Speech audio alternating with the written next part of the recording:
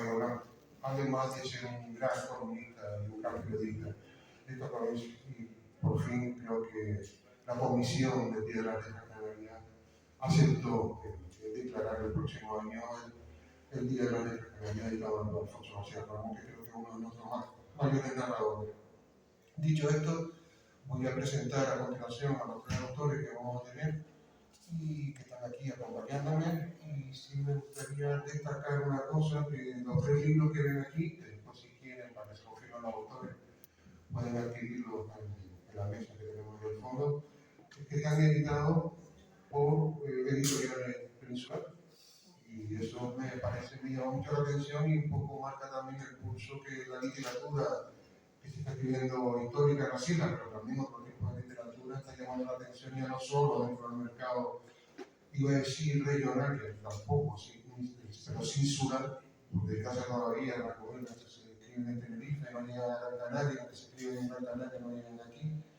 Pero bueno, el hecho de haber sido editado por tres editoriales peninsulares, paradójicamente sí hace que estas novelas sí se puedan adquirir en Gran Canaria, en Tenerife y en cualquiera de las islas, ¿no? Ese es uno de los secretos y uno de los hallazgos de publicar fuera.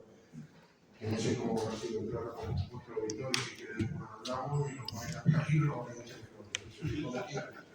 Si yo quería empezar por Luis Castañeda, que yo tengo a la mesa, a mi derecha, que es el autor del Secreto de la Salamandra Dorada, que es una novela realmente interesante, a mí me ha parecido mucho. La Palma también tiene un protagonismo muy presente en esta historia, y me rescata una historia que transcurre en dos tiempos, prácticamente en el año 2001 y en 1936-37, y destaca la figura de posiblemente uno de los personajes más siniestros que hubo en el bando republicano durante la Guerra Civil, que es Agapito Arradel, que es un personaje realmente, todavía no me pregunto cómo se ha hecho una película de este personaje, porque no tengo para hacer una película. Él y la que fue su compañera, y el grupo de forajidos, como decían los nombres, que lo rodeaban, ¿no? Decían que eran de izquierda, pero bueno, se dedicaban prácticamente a hipotecar casa de los ricos, que habían abandonado Madrid, y se hacían con su riqueza.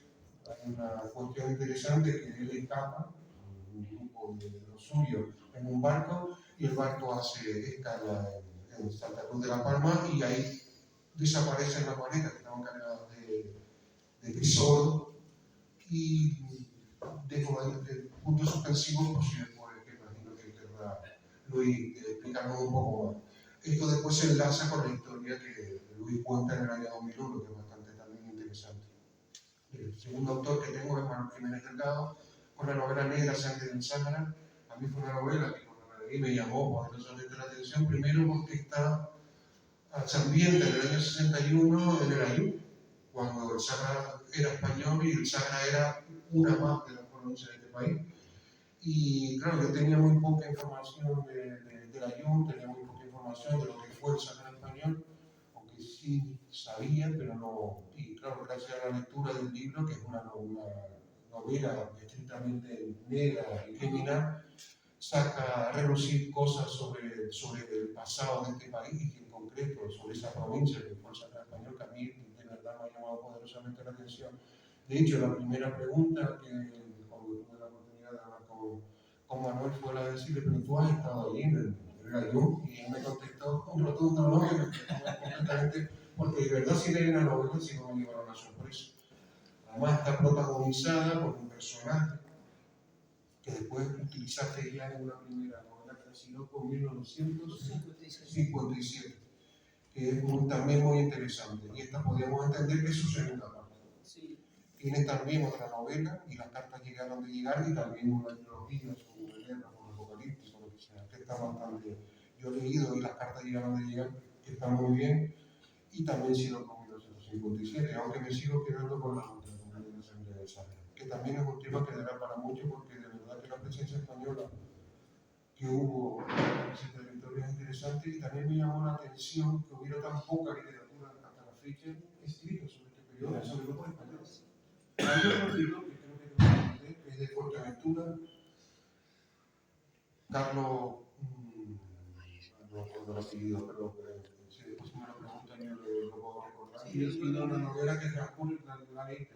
No, recuerdo me lo dijiste y Y la novela se desarrolla justo cuando la espantada final, cuando España abandona el Sahara y deja los saharauis a mano de Dios y entra en lo que se conoce como Marcha Verde, y esta novela transcurre en ese periodo y realmente es una novela también muy interesante sobre ese periodo.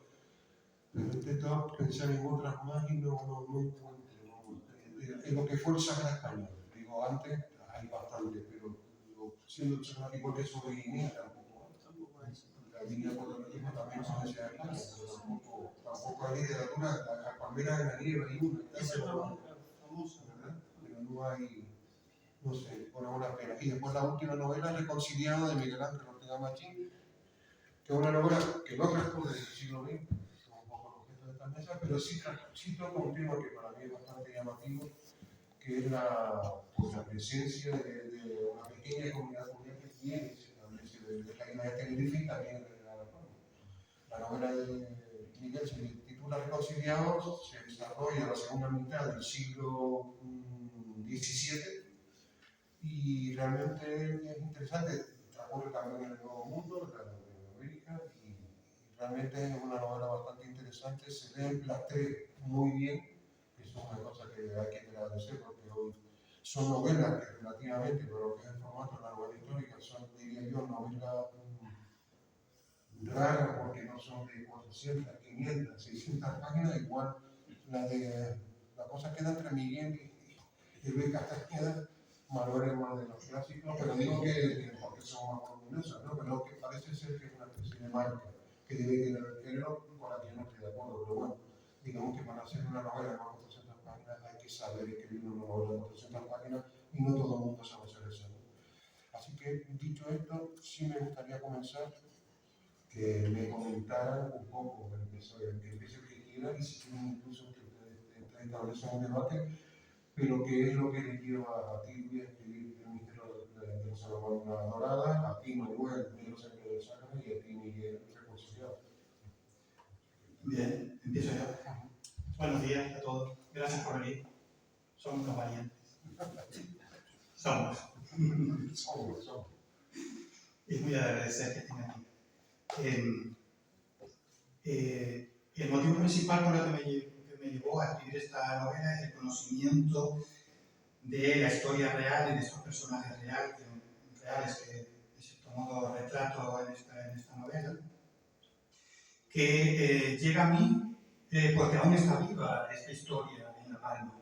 Ha llegado a nuestros días como en forma de, bueno, podríamos decir, de leyenda urbana. Allí, sobre todo en San Pedro de La Palma, los entendidos, no todo el mundo, pero todos saben, gente habla de el tesoro de Atadel o las maletas de Atadel.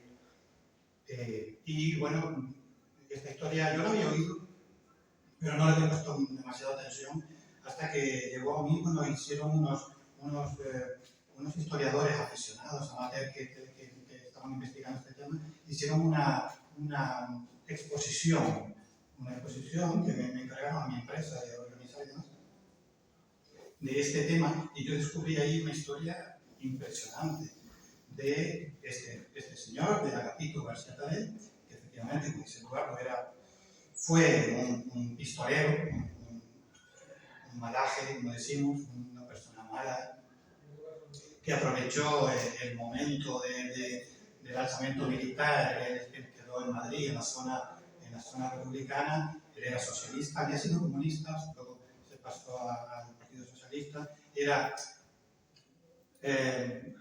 amigo,